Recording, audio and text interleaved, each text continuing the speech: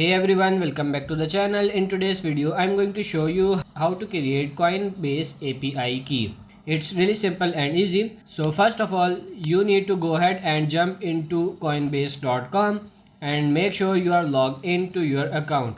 Now what we are going to do is we are going to the top right hand corner and tap on this little profile picture icon.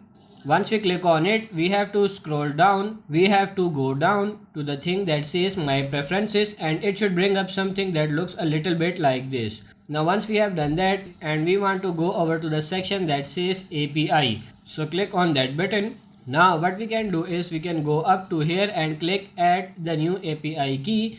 We will click that. It's going to create a new API key for us. Now you can also add a two applications. So this is the authorization. What we are looking for is new API. Click on it, new API, and it's going to do ask us for two-step verification.